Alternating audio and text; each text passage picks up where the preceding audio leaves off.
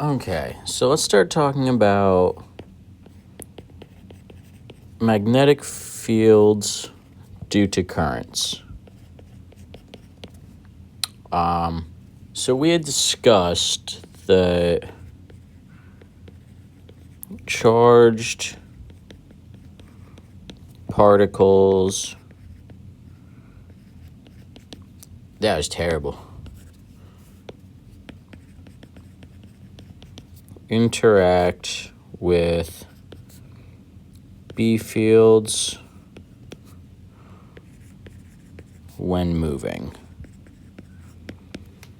And so a kind of like intuitive way you can think about this is moving charges create their own magnetic field, right? Just like we saw with electric fields, it's not enough to just have an electric field. You need to have something that makes its own electric field to interact with that, right? And so like a charged particle could interact with an electric field because they both have an electric field, and that's how they talk to each other. Similarly, in order to have two things interact magnetically, they both need a magnetic field. And so a stationary charge has no magnetic field of its own, therefore it experiences no force from an external magnetic field. But if you have a moving charge, it has its own magnetic field that can then interact with an external magnetic field. And so that's kind of what we're going to keep in mind. And then the idea is if you have a current, that's many moving charges, and so you can find the magnetic field from an overall current, if it's, well, even if it's not a constant current, right? You can integrate and do all sorts of clever things. But in general, you can take an individual charge, find its magnetic field, add up all the charges in a current, and then find the net magnetic field from that current. And so what we're going to do today is kind of investigate that in a few circumstances. And so let's see. So let's figure out how to calculate the magnetic field due to a current.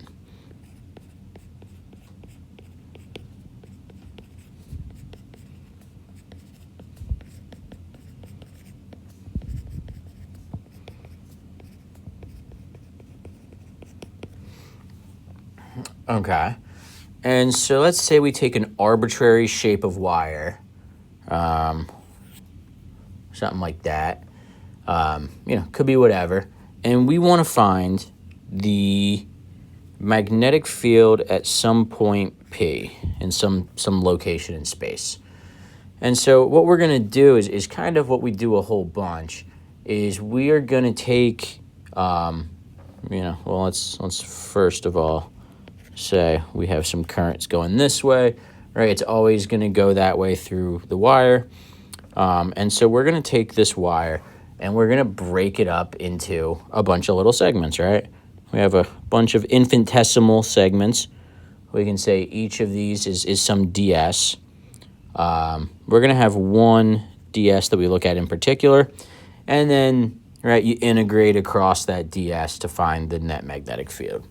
And so maybe from this one ds, we get some magnetic field dB at our point P, and we can go ahead and make that a vector because the magnetic field is going to have a direction. And so if the current's going like kind of up here, the right-hand rule used for that is, and we'll discuss it in class, your thumb points in the direction of the current, and then your fingers curl like you're grabbing onto something. And whatever direction your fingers are curling in is the direction the magnetic field points, right? And then so you can rotate your hand to get it anywhere, right? And so if we have our thumbs pointing up this way, our fingers will be curling into the page over here. And then if you wrap your hands around, you'd find your fingers are curling out of the page over here. And we'll do practice of that in class. We're not interested in over there to the left. We're just focused here at our point P. And so we'll say dB, and it's into the page. All right. And so, well, ds is just some little length segment. And so what we can also then do is if we define some vector I ds, right? And so that's going to tell us, we have this little bit of current over this length, right? And so if we find the magnetic field from this little chunk, then we can integrate over the whole wire and we find the entire magnetic field. And so let's see, what else are we going to have to define? We have maybe from our point ds to our point P, we can have some R, which is all fine and good. But if we want to be a little bit better about that, we could make a R hat, right? A unit vector of magnitude 1 pointing in the R direction. Okay, and so we have IDS, the vector describing our current and some length segment, or current through some length segment, I guess. And then we have R hat, which is going to be the unit vector pointing towards our point P. And we can say those are related by some angle theta. Okay. And so let's see. Let's just jot down what the plan is right here. I'll say that's our goal. Find B at P. And then our plan. 1. Break up wire into many small segments, ds. So then we go through and we define a current length differential. Differential element, we'll say. And that's going to be the IDS.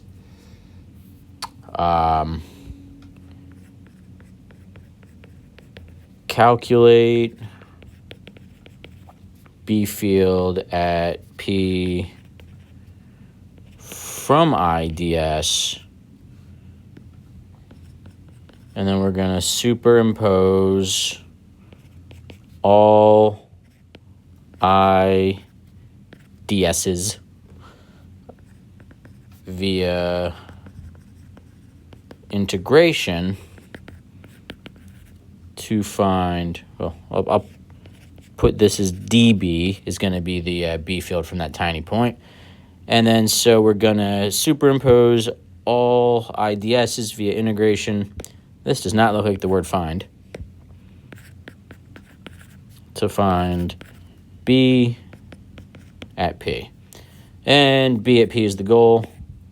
And B at P is the last phase in the step, or last step in the plan. And so we should also note the, kind of as an aside, finding dB from all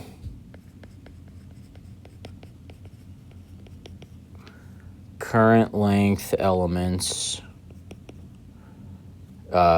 is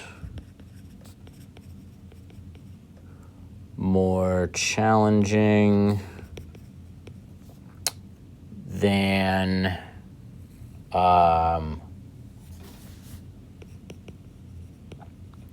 finding E fields.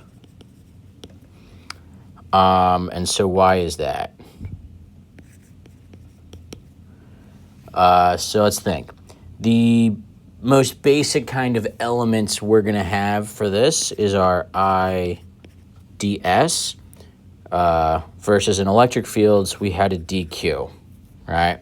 And so an infinitesimal amount of charge was the smallest thing. and now it's an infinitesimal length of current. And so this, we have our most basic thing is a vector versus here we had a scalar. Right, and so we can kind of already go, all right, if we're dealing with vectors, things just get a bit more complicated than if we're dealing with scalars. And so that's something to keep in mind, is that this is going to be inherently more difficult. Don't be afraid, unless you need to be. I don't know who needs that, but whatever. So yeah, and so what you end up getting if you go through this entire process is you get dB is equal to mu naught over 4 pi, right? Which, we used to have a 1 over 4 pi epsilon naught, was like what we have all the time in electric fields. Here we get a mu naught over 4 pi. And so the constant just goes like 1 over being 1 over, right? So it goes up to the top. Which that's something we can maybe discuss in a bit, but I don't know if we need to. And then we have our I ds times sine theta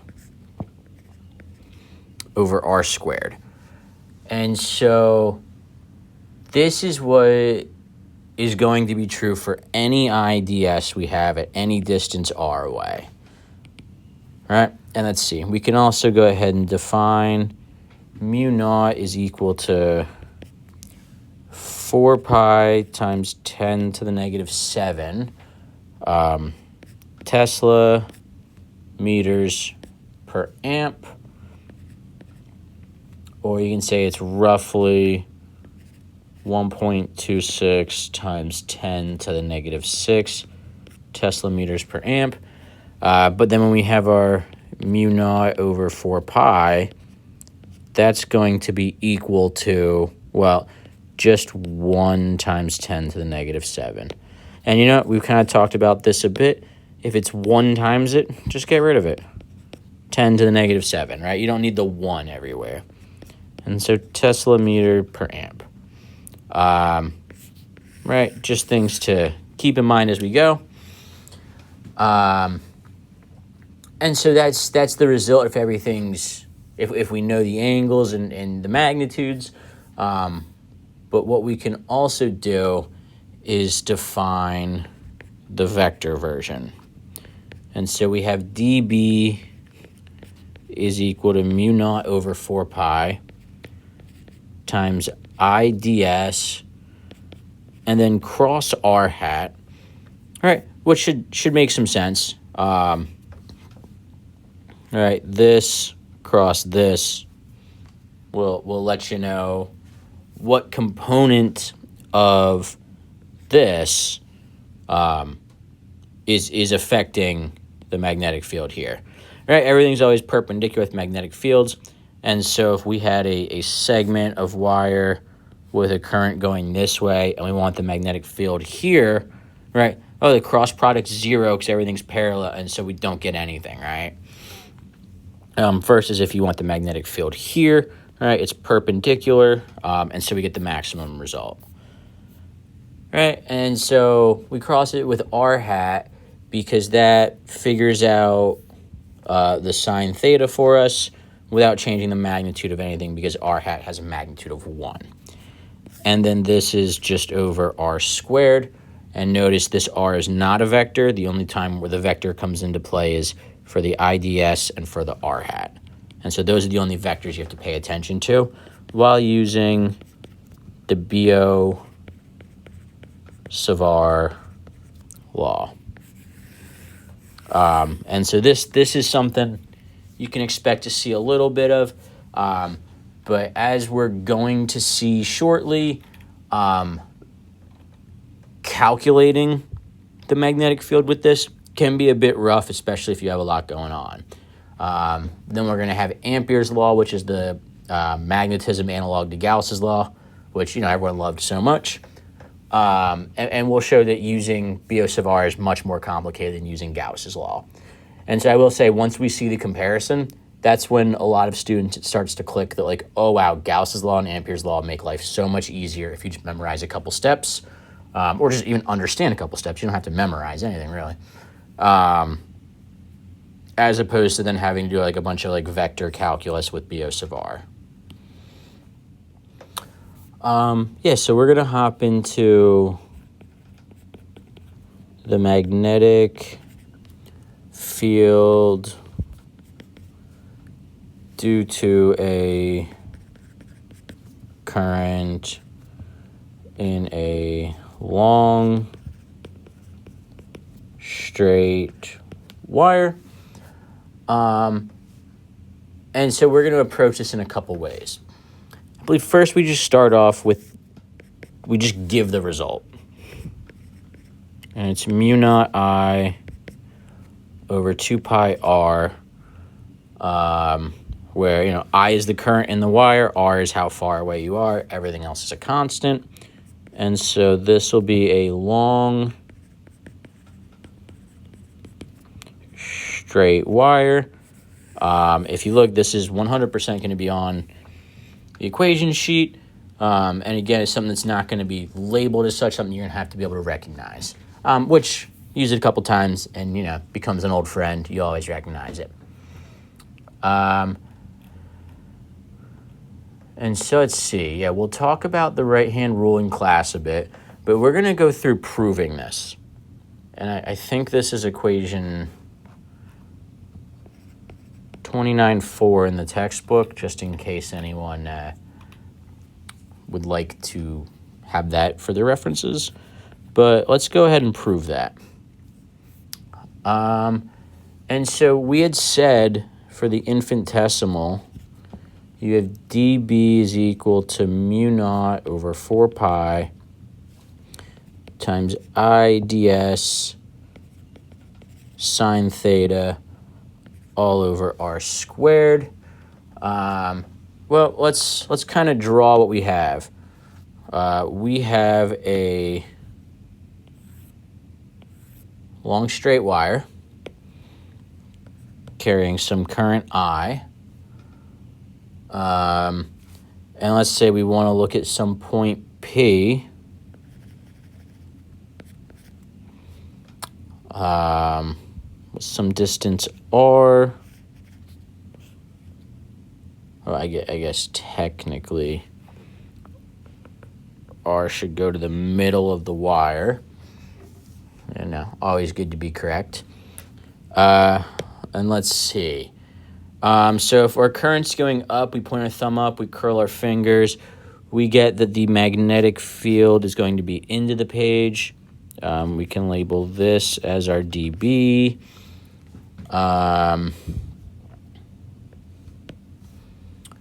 And so let's pick some arbitrary point along the wire to be our ds. And so we'll say maybe ds is here.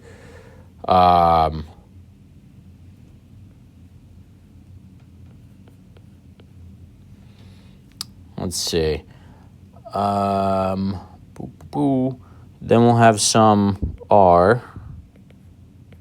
I don't know if I want this all to be the same color. So let's have R be this color.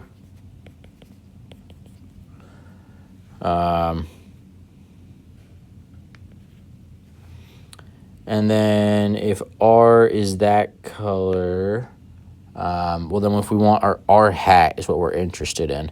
So we'll pick this lovely shade of green to give us our hat.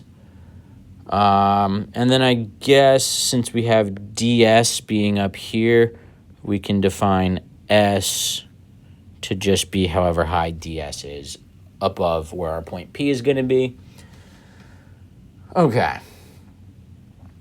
And so let's see. So we're going to consider this a long wire. And so see, it goes to infinity in this way, negative infinity here.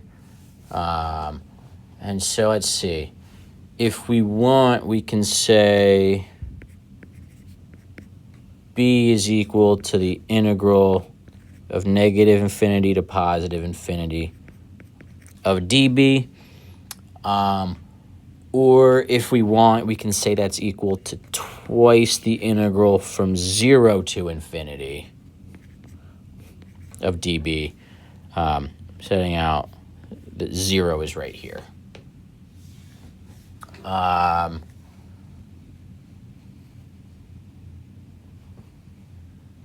Right. And so that's just integrating our infinitely long straight wire. Now we're just going to cut it in half and double it.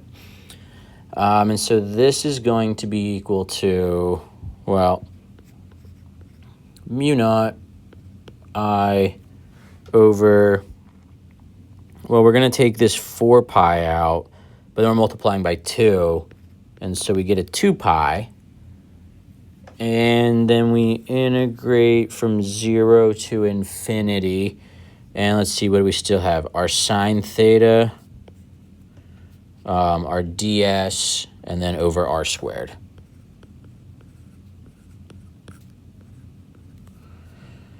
All right, and since right now we're not currently dealing with any vectors, it doesn't matter the order, right, because there's no cross product in here. We dealt with the cross product by putting in a sine theta. And so we're free to move the ds to the outside. And so it kind of has that nice little like integral sandwich where you have like the bounds of integration and then your differential at the end. Right, but we could just as you know, legally put our ds up here and then not have it at the end. Yeah, it doesn't matter. Okay, and so let's see. So we said it's going to be over r squared. Let's try to figure out what r squared is. Well, if this is r, we have a capital R and an S, and then little r is our hypotenuse. And so we can say r squared is going to be s squared plus r squared, or we have lowercase r is the square root of s squared plus r squared, right? And I think that should be fine, right? Everyone sees that we have this right triangle here, and we should be good to go. So then let's see what else we have. Oh, I forgot to go ahead and define our theta. And so let's see. So we want to rewrite our sine theta into something we can usefully integrate across. And so that's what we're going to work on right here. We have, let's see.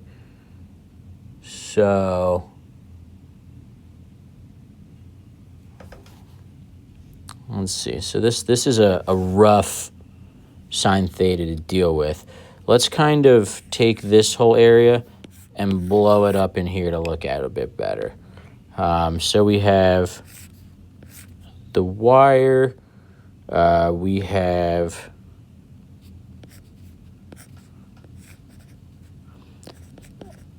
our ds, we have our r hat, and we have a theta here. And so if we want to look at this, this whole arc is pi, and so that would mean this segment here is going to be pi minus theta. Right? Because if you have pi minus theta plus theta, you get back to pi. So that's good. And again, we're just trying to write sine theta in something that's easy to deal with. And, well, what do we know about trigonometry? If we have sine theta, let's see, sine of that theta is going to give us whatever this value is. And so if we have pi minus theta, it should be this angle here, right, this guy here. And so if we do sine of pi minus theta, we also get this value here. And so we can say sine theta is equal to sine pi minus theta. And that's always going to be true. And so then let's hop back to this triangle here that we had.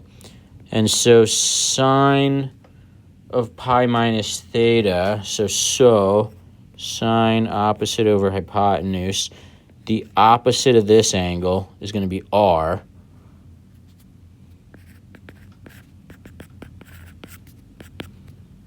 Over the hypotenuse, which is going to be, well, where'd we go? R, what is, right. So the hypotenuse is going to be the lowercase r, which we said was just square root of s squared plus r squared.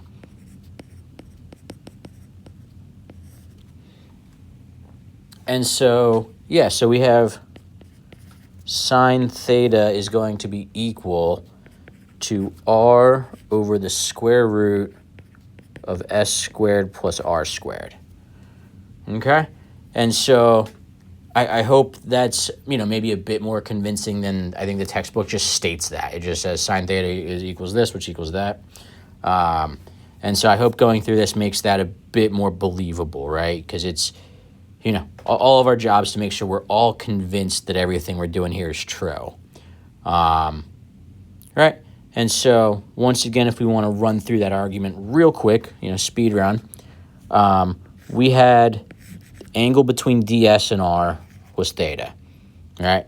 We need to know sine theta.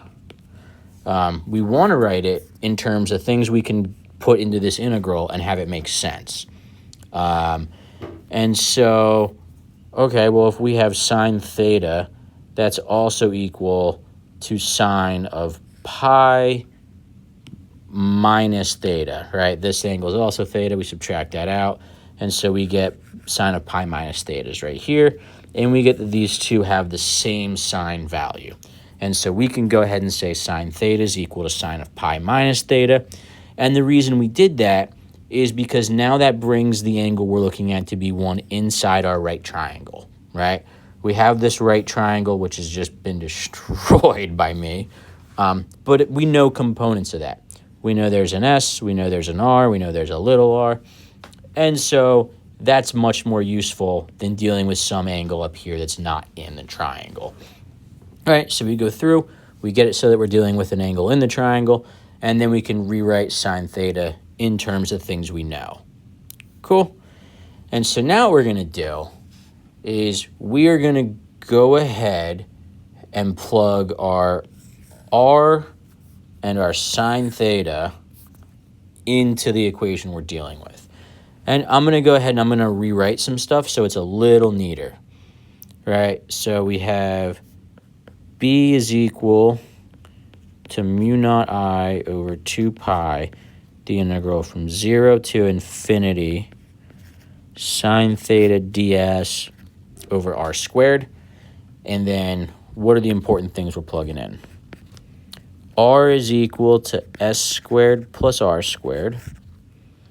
And we said sine theta is equal to r over square root of s squared plus r squared. Right? And so we're going to go ahead and we're going to plug all of that in. Right? And so we have, actually, I feel like we could do a little better. Boop.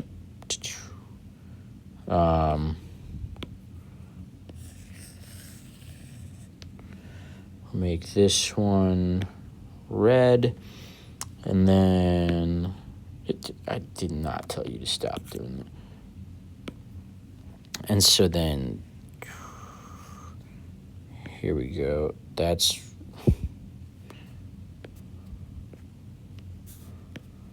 sine theta.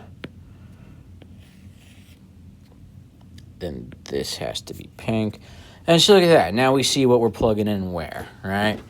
And so we can say b is equal to mu naught I over 2 pi, the integral 0 to infinity. We'll go ahead and we'll plug in our sine theta. R over s squared plus r squared. We'll plug in our 1 over r squared.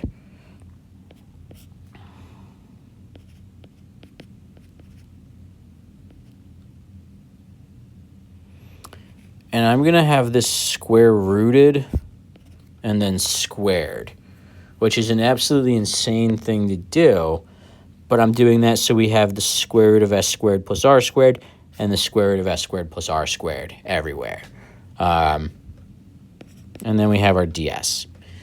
And so if we want, we can combine these things, and we get b is equal to mu naught I over 2 pi times the integral of 0 to infinity r ds over, so now we have the square root of s squared plus r squared cubed. And so we have, well, let's see, if we had x to the 1/2 cubed, that's x to the 3/2, right? And so what we can do is we can rewrite this as just s squared plus r squared to the 3/2, right? Because the square root's the 1/2, we're doing that times itself 3 times, we get to the 3/2. Okay. And then you're free to use integration table in the back of the book. And so I think we are going to use, I think it was a common one, integral 19 from Appendix E. And so we get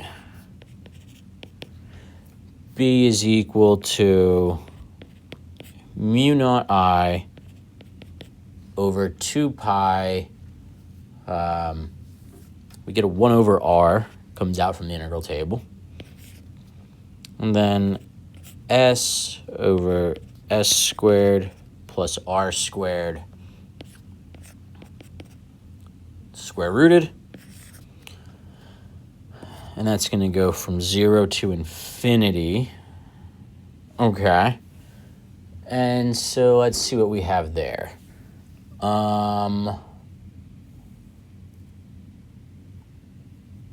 Well,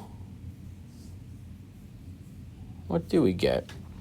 And so let's plug in the infinity. And so if we have s over s squared plus r squared to the 1/2,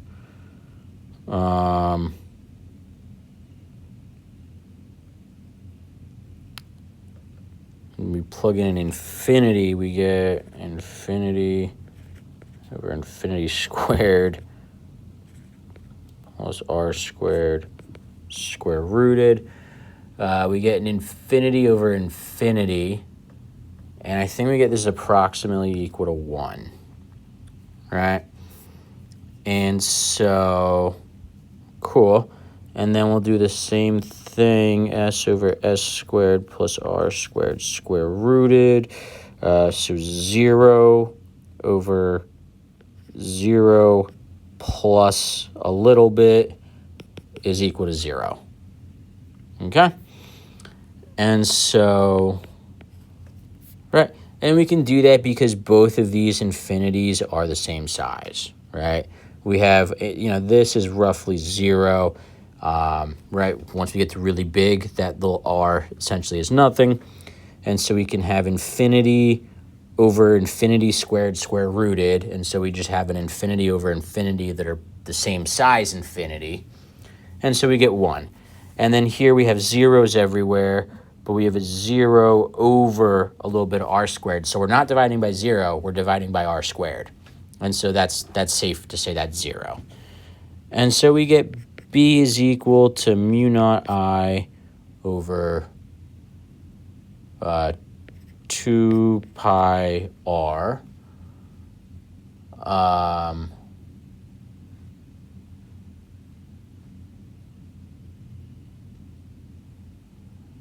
And so that's going to be for the whole wire, which I think, yeah, we got the same proof we wanted.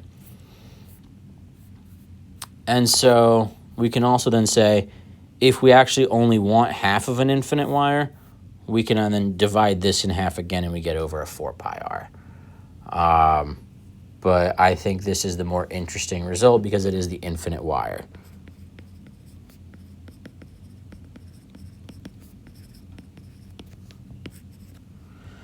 Right. And so, right, while this wasn't like the worst chunk of math that any of us have probably ever done, it is not super intuitive to be able to go through this without any kind of assistance. We like being able to rationalize your way through the sine theta. R wasn't bad, but then being able to plug all these in, do the integration, it's a bit of a bear. And so what we're going to find out a bit later is that there's much easier ways to do this. But for now, let's look at the magnetic field due to a current in a circular arc of wire.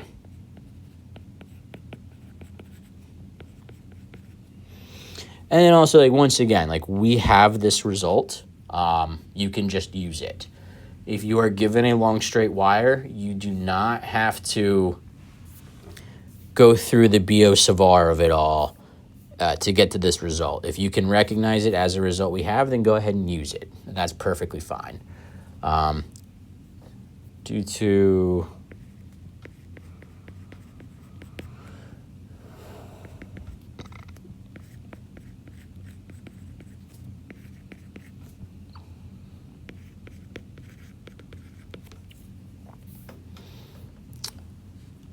Okay, so let's say we have a circular arc of wire. So maybe perfect. Current going this way. And we can say maybe we have some point. We'll call this C. It's at the center. Some angle phi going through here. It has some radius r. All fine and good. And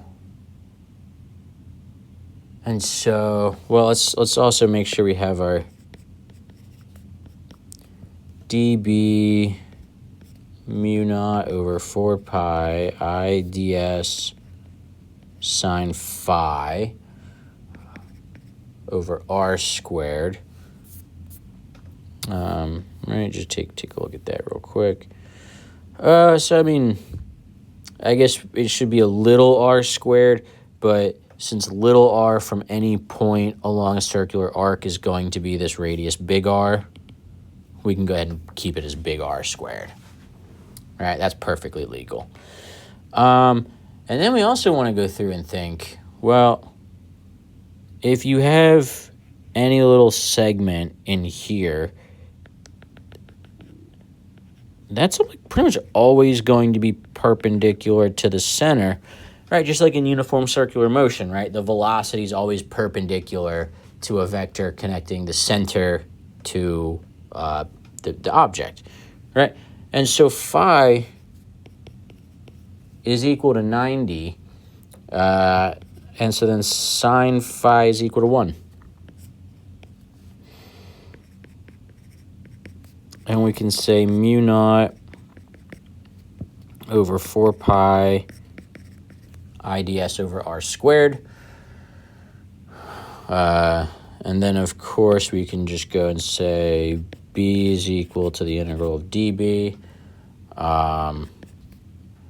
And so then we can go ahead and say, all right, we're going to integrate from 0 to phi. And we're going to do a radial integral.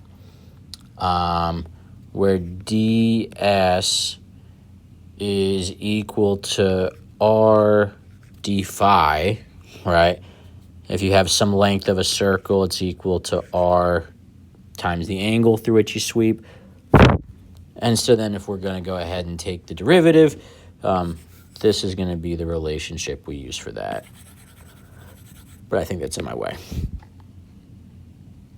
And so we can go ahead and put mu naught over 4 pi let's see, we just said r, or ds was going to be r d phi over r squared, r pull out constant, and we get b is equal to mu naught. See, I is also a constant, pull that out, mu naught I over 4 pi. R is a constant. We're going to pull that out. So mu naught I over 4 pi r.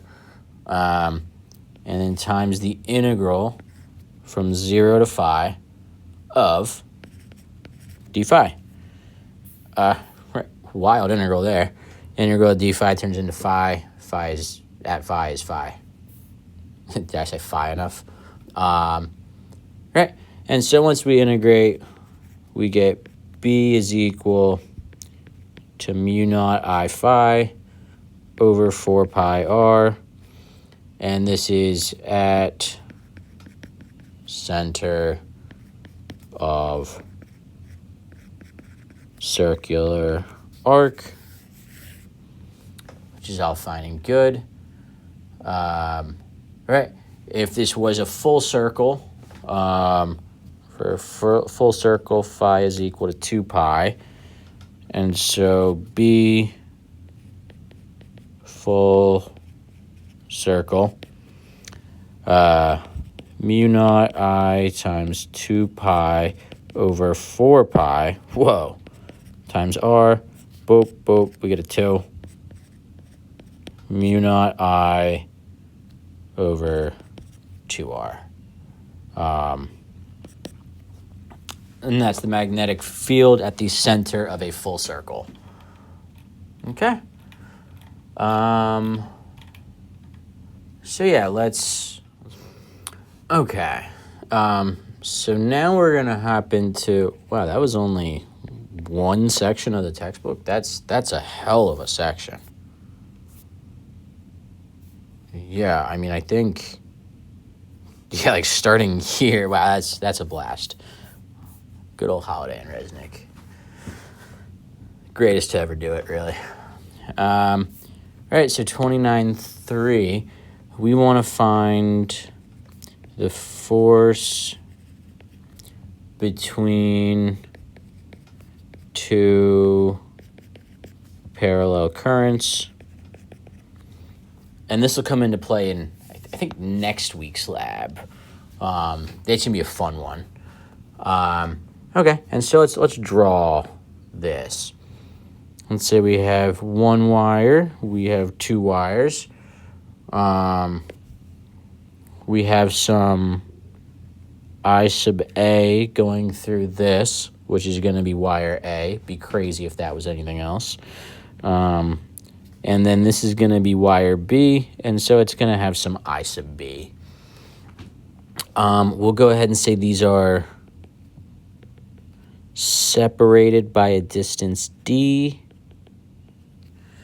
Yeah, cowabunga.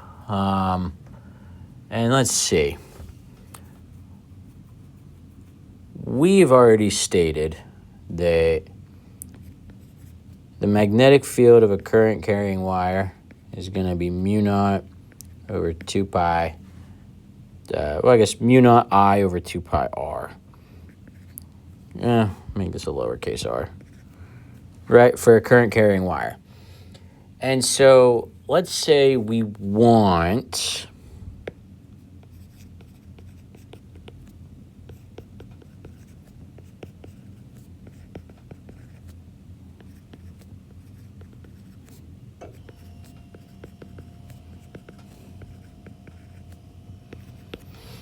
so we want to find the force on wire B due to, well, I said wire A.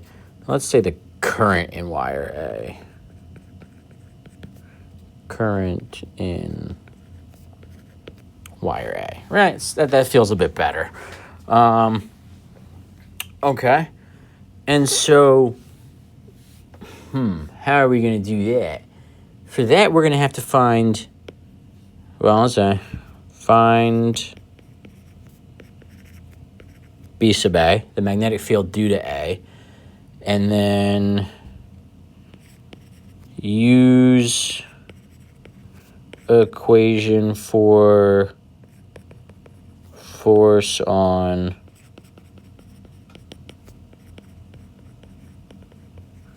current carrying wire in a B field. All right. And so we're going to treat the magnetic field due to wire A as the B field that wire B is existing in, and then we find the force on B from that external field. And so we're going to go straight to BA is equal to mu naught I sub A over 2 pi D, their separation. And I think we're good. We're having a good time. We'll call that equation 1. So then we want, well, we know the force of a current carrying wire is IL cross B.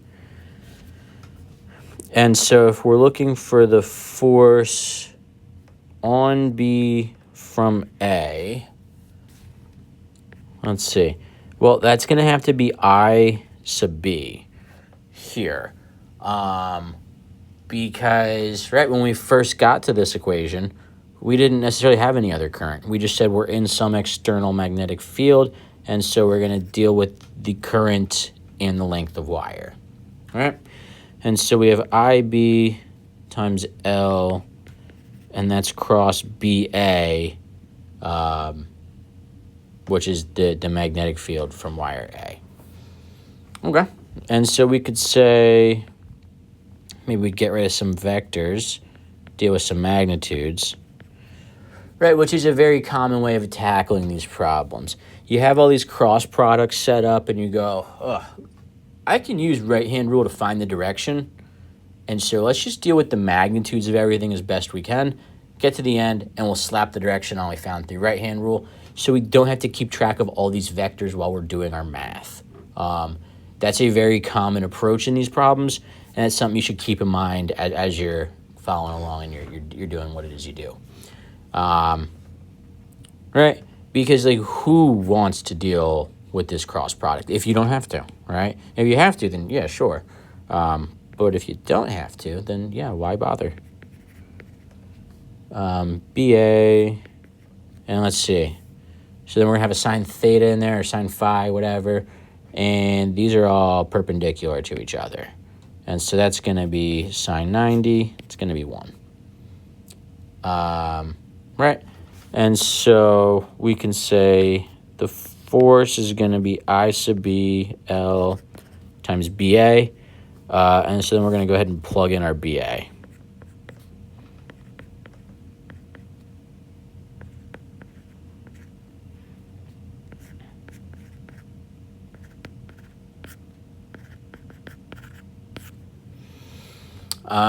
And we can rewrite this to be a little nicer. And we can write it as like mu naught L times IA times IB over 2 pi D, right? We just clean it up a little bit. All right. And so let's try to figure out the direction real quick. What is that? Get out of here. And so if our current's going this way, right, we're going to use our right-hand rule. Our thumb goes that way. Our fingers are kind of curling down when we get over to wire B. And so we are going to have BA. Let's mix up the colors a bit. Is going down. Right, if the current's going this way, the velocity of the particles is that way, but it's also, we're going to define the L vector to go that way, right? L always points in the direction of I, and so if we have V cross B or L cross B, point your pointer in the direction of L, middle finger goes down in B, and you get the force is going, it's attractive, right? If the currents are parallel, the force is attractive. Wow. Let's not note that down. If currents are parallel, force is attractive. I will let you draw your own conclusions as to what happens if the currents are going in the opposite direction. Right? And if you want to prove whatever you reason to yourself, just use the right-hand rule. Do the exact same thing I just did with here, but with one of the currents going the other way. Okay. Sick.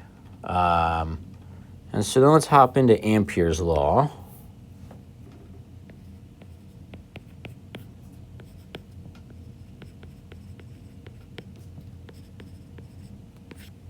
Ooh, that's just the worst underlining I think I've ever done in my life.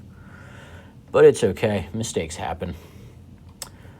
And so let's see. For Ampere's law, look at that. We have an integral with a circle on it. Everyone's absolute favorite. And again, just means closed loop. All right, just means whatever path you start on, you finish it. You do the full thing. And so it could be a closed area, it could be a closed line, it could be a closed volume. Right? It depends on the dimensions of what you're integrating with respect to. And so here we have B dot ds, right? So before we had E dot dA, right? And that would be kind of the electric field through a surface. Now we have B dot ds, and so that's going to be, right, the magnetic, I'm going to draw that a bit better. And so now it's going to be the magnetic field along a closed loop, right? And then I guess if we want, like state that, like, well, this is a volume, an area you're going through, it's 3D. Here, you're just going around a path, right? It's a ds, it's a length integral. And so this that I'm drawing here would be valid if you had a current coming out of the page. Because you point your thumb towards you and curl your fingers, they're going counterclockwise, right? And so this is what we're going to do. Well, I guess I never finished Ampere's law. And so that's equal to mu naught I enclosed, right? And so if we have some current I, at some distance r, well, I don't want to completely jump ahead, but yeah. And so, right, what we did up here, right, so starting, here, whoa, right, up here, and going all the way down to here, this whole rigmarole we went through was to find a long straight wire. And so let's do that again. And so let's go magnetic field due to long straight wire. And so, yeah, let's go ahead and say we have our wire. Current's coming out of the page. Well, let's maybe draw the current in a different direction just so we can differentiate it from the wire itself.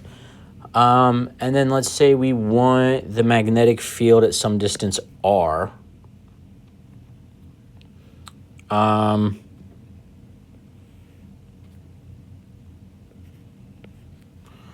Okay. And so, well, let's oh God, the R disappeared. Let's make it more similar to what we did before. And so let's say we have some point P, and we want to find B at P. That's what we did before. Right, this is going to be oriented a little different, but it's okay.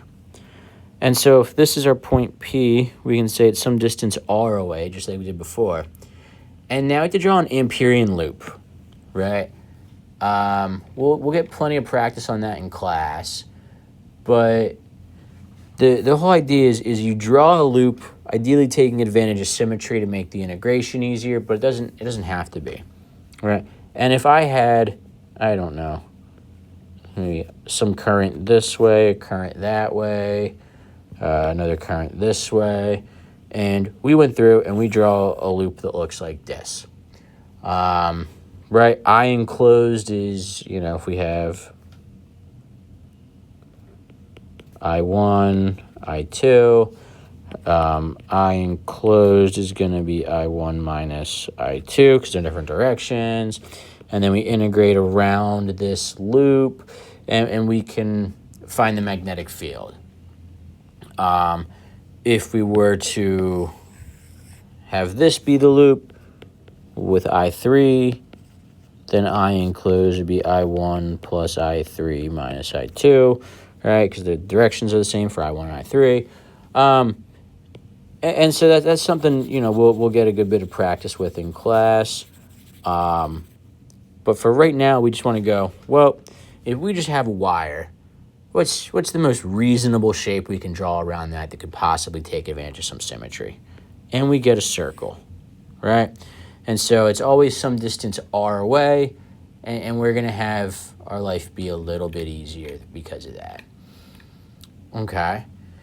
And so, right, and the other idea is if we are always some distance r away from a current-carrying wire, then when we integrate along this loop, well, b is going to be constant along the loop.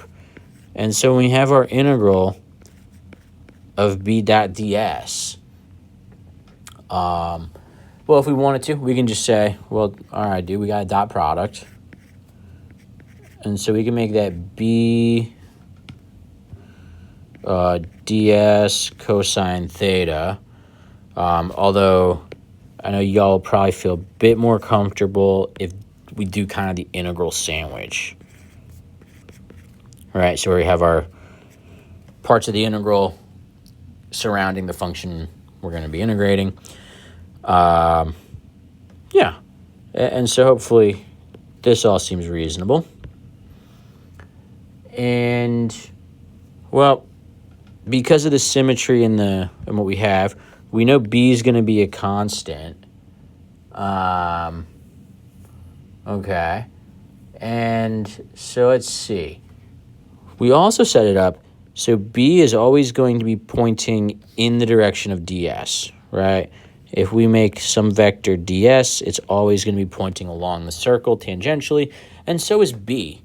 And so we have cosine theta is equal to cosine of 0, which is 1.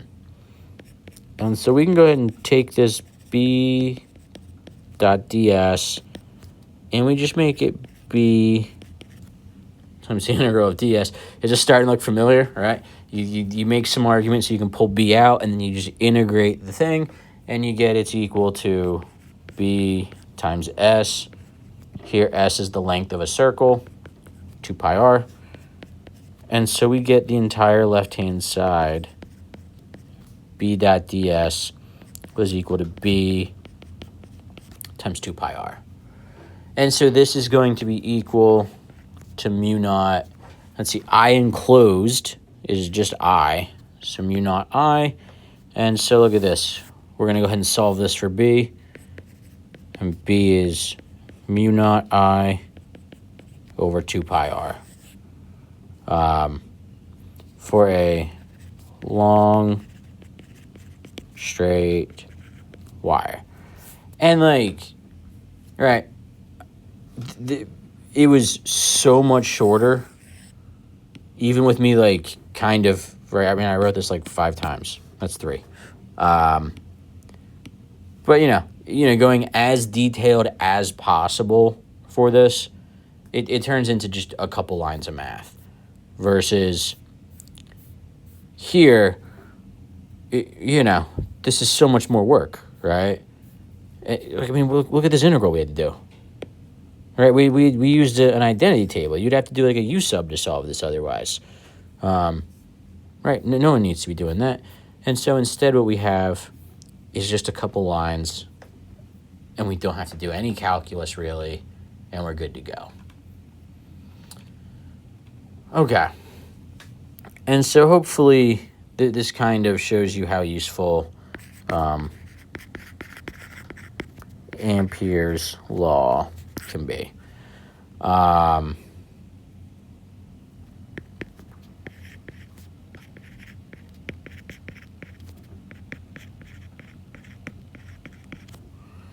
Right. And so, right, very similar to Gauss's law, but I think being able to see the amount of work required, here versus everything we did, for all the way down to here, right, one is a much more elegant solution that's going to be less painful. And so, if you take the hour or so to really go through and practice this, whether it's at office hours or on your own or however, it'll save you a lot of time in the long run. Okay. And so this was outside of the wire. So now let's look and see what happens if we're inside the wire.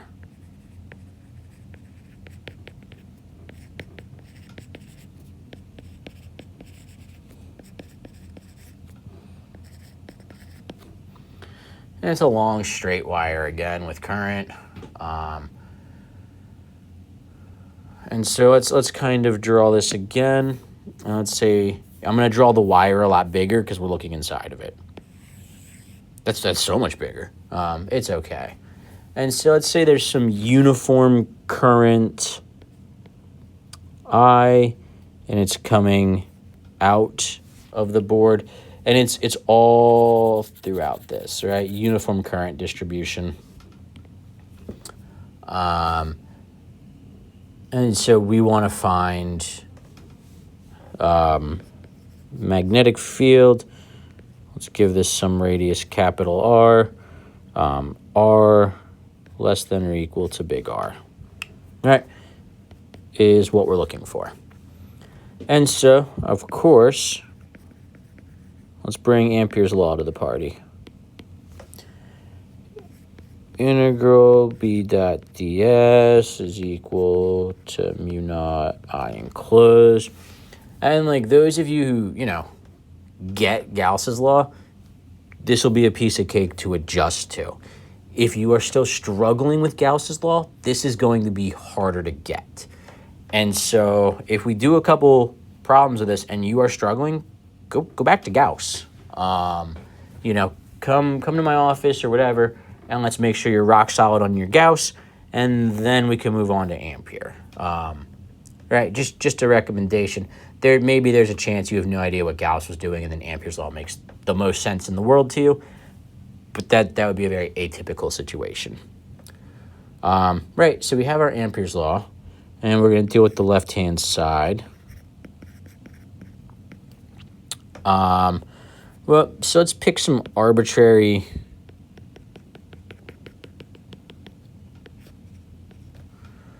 surface inside, right? Lower R is going to be a variable that changes. And so, yeah, if it was out here, it doesn't matter. It's still just going to be a lowercase r in the equation. All that matters physically is that we are inside the wire. And so, magnetic field is going to be constant around this loop, right? And so we can say, or we can do it however you want. We can go through and say the magnetic field's going to be always pointing in the same direction as ds. So the integral b ds. And then we go ahead and we say, and it's also going to be a constant. So we have b times the integral of ds. And then, we have the integral of ds around a circle of length r. And so we get b times 2 pi r. Right? And, very similar to Gauss's law. Right? We might be starting to get to the point where we have the familiarity that you can just go, I know that's just going to be b times 2 pi r for this.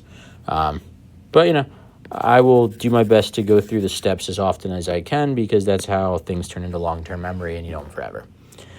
And so now let's figure out how much current is in our Amperian surface, right? And remember, this whole thing has some current I, and we're only really looking at what's going on in here.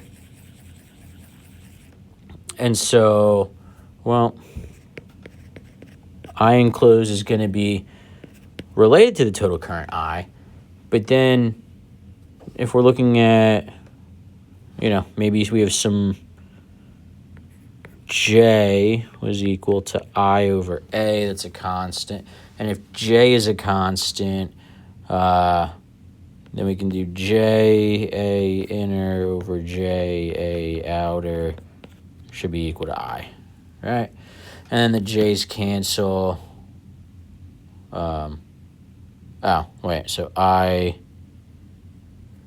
will make this a capital I for the total thing and then times the inner, right?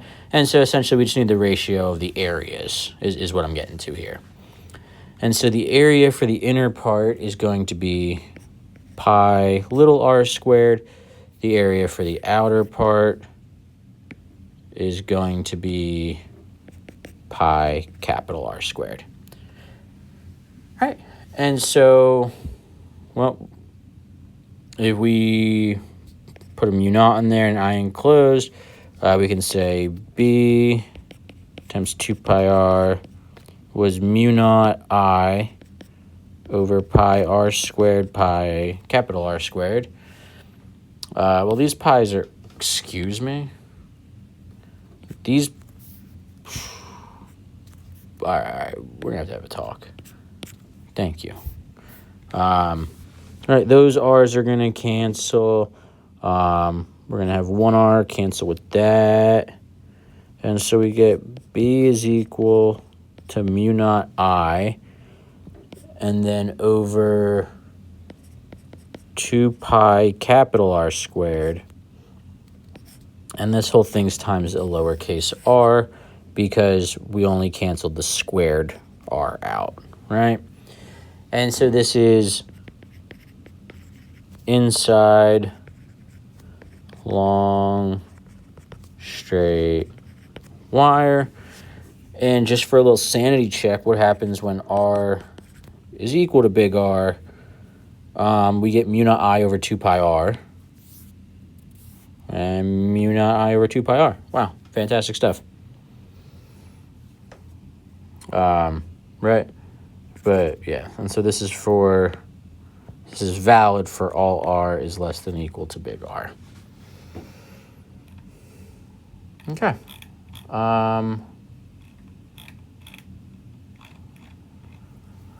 I think we're going to stop there, and then we'll make the solenoids and toroids part Wednesday.